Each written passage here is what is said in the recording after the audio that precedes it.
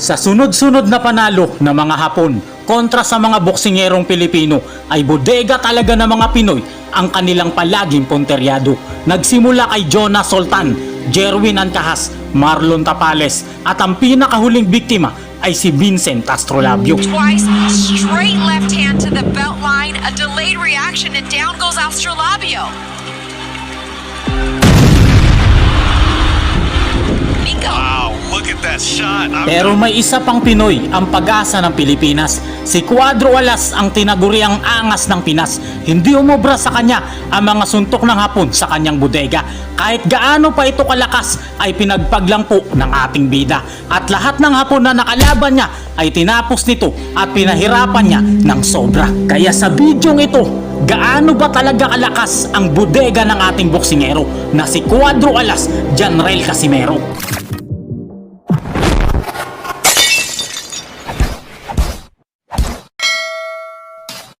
Matapos magretiro ng pambansang kamao ay tila naungusan na tayo ng bansang Japan pagdating sa sport na palakasan, ang boxing.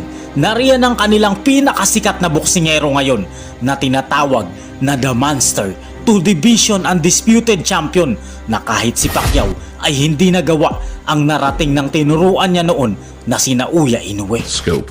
Noya, how are you feeling? I'm excited. I think Inoue is the next Manny Pacquiao. The legendary Pac-Man wants to train and advise Inoue as he transcends the divisions. I like Naoya. If he's thinking to moving up in the weight division, I wanna train him and supervise his training. Ngunit kahit gaano kalakas ang isang boksingero, meron talagang makakatapat ito na kontrapelo. Nariyan ang pinakamaangas na boksingero ng Pinas na si Cuadro Alas Janrel Casimero na laging iniiwasan ng The Monster ng Japan na boksingero. Paano sinakop ni Casimero ang buong bansang Japan matapos talunin ang lahat ng mga Hapon na boksingero na kanyang nakalaban? Mula kay Kenya Yamashita na brutal niyang kinawawa, si Ryo Akaho na sa sobrang natakot sa lakas ni Casimero ay nag-inarte at umayaw ito dahil nabasag na pala ang pagmumukha nito, hanggang kay Yukinori Ogoni na kahit hindi nag-insayo si Casimero kaya siya hiningal ay nabasag pa rin ang ulo nito. Maliit lang sana ang pinsala pero sumuko ang bansang Japan at itinigil ang laban. Malinaw na panalo dapat si Casimero. Dito sa super slow-mo, malinaw na kamao ni Casimero ang tumama. Nakatalikod kasi ang referee dito kaya inakala niyang headbutt ang nangyari. Kaya niya itinigil ang laban at sumuko ang bansang Japan. Pero naging tabla ang resulta ng laban dahil ginamitan nila ng gulang. Araw ng Sabado, February 16, taong 2019, sa Skydome SM City North EDSA, haharapin ni Casimero ang secret weapon ng Japan. Siya ang pinakamatindi na kasparing partner noon ni Naoya Inoue, si Kenya Yamashita. Pero brutal knockout ang sasapitin nito sa ating bida. Round number 1, maliksi ang Hapon na boksingero pero sobrang lakas naman ni Casimero. Nagpalitan sila ng suntok pero sobrang diin talaga na mga suntok ng ating pambato. Mga boxing, no question. Okay, so first time. Uh-oh. Nakita ko ng malalakas. Parang binobomba niya yung Hapon. Takina. Grabe. Sa round number 2, pinag-aaralan na ni Casimero ang galaw ng kalaban. Puro accurate na powerful na suntok ang kanyang pinakawalan. 10 years old nung nagsimulang maging professional, kanyang pag-akyat. Oh, nandito. Sa labanang ito, ilang beses pinunteriya ni Yamashita ang bodega ni Casimero pero sobrang kuna talaga ng bodega ng ating pambato. Hindi na si Casimero. Gusto na umuwi. That jolted the head back and that one as well. Woo! Solid right hand. That hurts Yamashita. He is on. Janrel Casimero. Round number 3, ayaw pa rin sumuko ni Yamashita pero bugbog sarado na ang inabot niya sa ating bida. Oh! Upper cut on the money. And another left hook. And a right straight. And a left hook.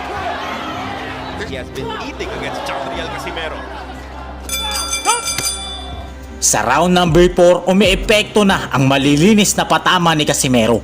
Bumabagal na ng gusto ang galaw ng Hapon na boksingero. Sobrang lakas talaga ng mga suntok ng ating pambato. The body attack to the top. Yamashita being tagged seriously here. See that trying to In the middle of this round, connected with some good punches. oh, that Round number 5, sugod pa rin ang sugod ang Hapon na boksingero. At dito na siya pinuruhan ng gusto ng ating pambato. Siya pa rin yung paabante. Oo, Siya pa rin yung paatake dito kontra kay Casimero. kas matibay. Again, we'll headhunt in this round number. Pero, yung uppercut on the bottom, tagilir. Pahataw! Yung uppercut niya, malupit. Sa round number 6, dito na ibabao ni Casimero si Yamashita. Mala street fighter na uppercut ang kanyang pinakawalan. Ang muntik pang magpahimatay sa Hapon na kalaban. Ang pinakamatapang na si Yamashita ay sumuko sa ating kababayan. Japanese, wala nang malay. Jandre, that's another TKO. Araw ng Sabado, December 3 taong 2022 sa Paradise City Plaza, Incheon, South Korea. Makakaharap ni Casimero ang isa sa pinakamagaling na Hapon na boksingero dahil ang lahat ng 5 Pinoy na kanyang nakalaban ay pinatulog niya sa laban. Knockout ang inabot ng 5 lahat ng ating kababayan. Kaya ang hatol ng mga Hapon at ng mga hurado, pati na yung mga tao, tagilid talaga si Casimero sa kanilang pambato. Round number 1, sobrang tangkad ng Hapon na kalaban at ito ang kanyang naging kalamangan. Pero kahit na maliit, sobrang lakas naman ni Casimero na ating kababayan.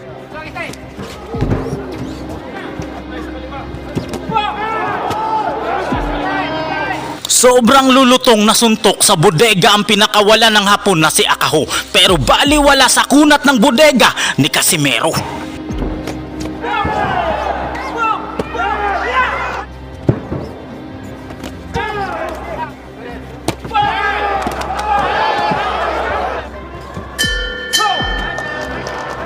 Sa round number 2, nanggigil talaga dito si Casimero kaya siya napasubsob at nagmukhang napabagsak ng kalaban. Kaya ang bias na referee agad siyang binilangan.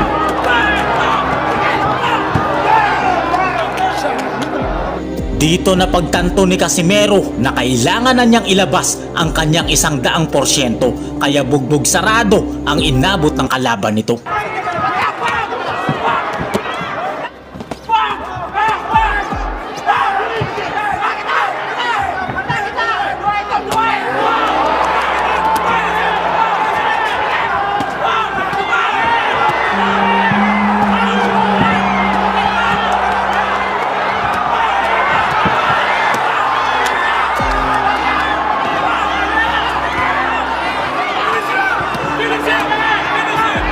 Hilong-hilo na dito si Akaho at di na niya malaman kung saan ang gagaling ang suntok ni Casimero.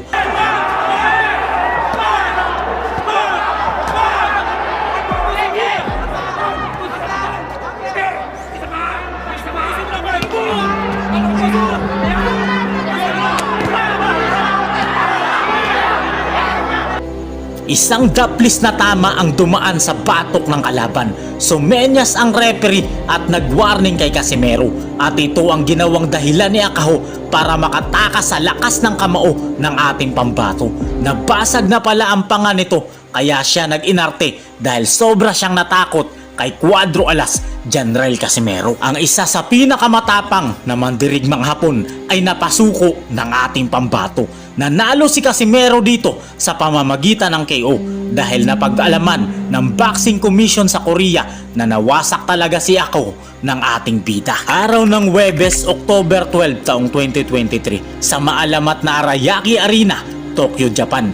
Magaganap ang kauna-unahang laban dito ni Casimero. Sa baluarte ng mga Hapon, dumayo ang ating boksingero. Makakaharap niya rito si Yukinori Ogoni, ang isa sa madalas na kasparing partner ni Naoya Inoue. Dahil malapit Sa lugar ng pamilya ang naging training ground ng ating bida at sa pag-aakala ni Casimero na walang lakas at nagretiro na ang kanyang makakalaban, tinamad na pong mag-insayo at makipag-sparring ang ating boksingero. Sa makatuwid, wala sa kondisyon ng ating bida nang tumuntong ito sa ibabaw ng lona, kaya puro hingal at hika ang inabot niya. Pero dahil sa kanyang lakas at purong talento sa laban, nabasag pa rin niya ang ulo ng kalaban. Round number 1, napakatangkad ng kalaban ni Casimero. Lamang na lamang sa pisikal na anyo ang Hapon na boksingero.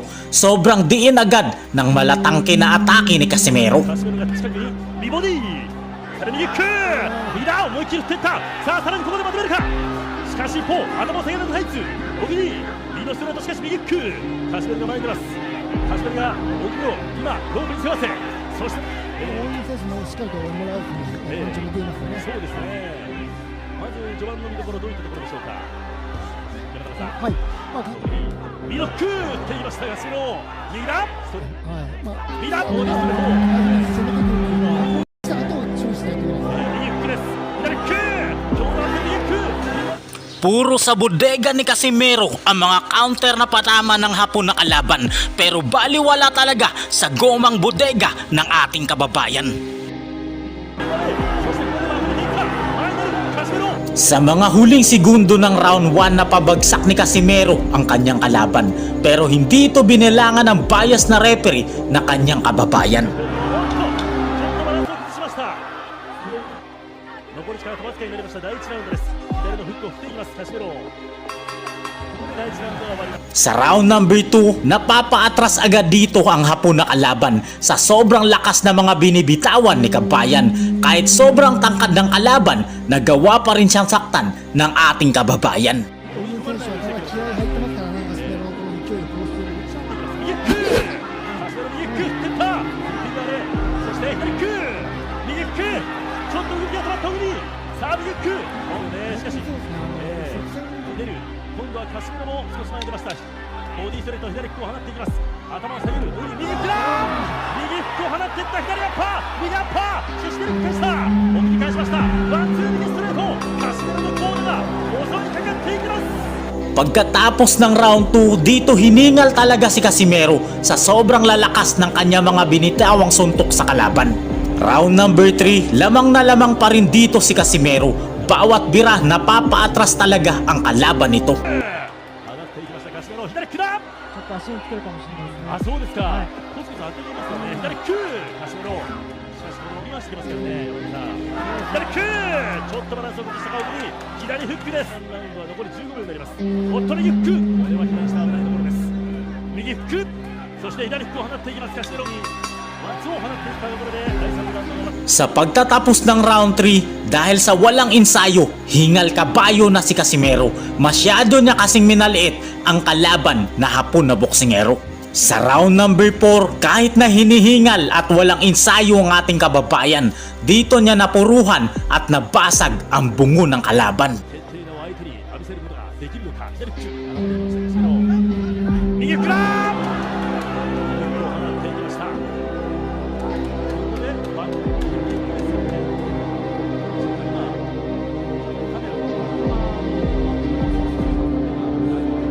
Kitang-kita sa replay na kamao ang tumama, pero dahil sa sobrang takot ng mga Hapon na mapahiya sa kanilang sariling bansa, napasuko sila at gumamit ng daya. Naging tabla ang resulta ng laban at nangyari na naman ang hindi natin inaasahan. Kung sa ira ni Pacquiao, napakaliit lang na mga ganitong pinsala at itutuloy pa rin ang laban. Pero sumuko talaga ang Japan at natakot sila ng husto sa ating kababayan.